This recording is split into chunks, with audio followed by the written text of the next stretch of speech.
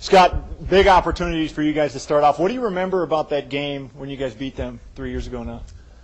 Well, it was a great game, first of all. The big thing I remember was tearing my MCL, which was not the best memory I have.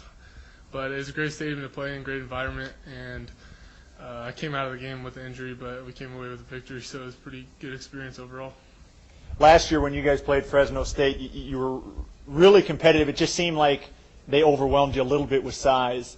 Is that maybe the concern going in against a big-time Division I program?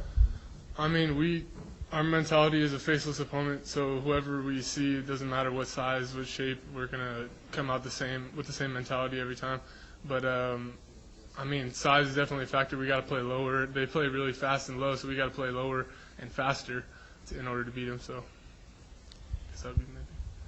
Defensively, I know they've got a good linebacker. What are the things that you guys really have to focus on doing offensively to mitigate some of their strengths on D? I think a main thing I just said is pad level. I mean, you watch these guys, they're moving all over the place. It's going to be our eyes. We got to have great eyes, and we got to have great pad level. We got to play under them the whole game in order to move the ball with efficiency.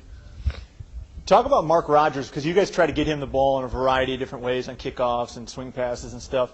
Why is it so important to get Mark Rogers the ball? I mean, if you came to one of our games, you'd know why we want to get Mark Rogers the ball. That guy's my boy. He's an amazing runner. I mean, anywhere on the field, if he gets the ball, he's going to make something happen. So we're going to block our butts off for him, and hopefully he makes big plays for us. Why is Andre Broadus right for a triple option offense like you guys run? Same thing. If you watch our games, I mean, this guy's an amazing athlete as well. He's all over the field. Like, he'll make something happen out of nothing. I mean, he's a great runner, fights for extra yards. I mean, he's a great guy to have behind us. Helps us out. Can you guys talk about your offensive line has to be constructed a little bit differently because of the offense that you run? Can you kind of talk about maybe the principles of your offensive line and some of the things that you guys need to be able to do that maybe some other teams don't necessarily have to do on the line?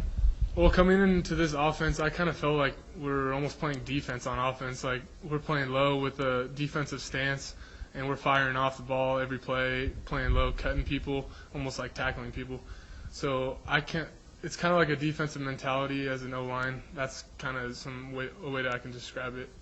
That's different than other offenses.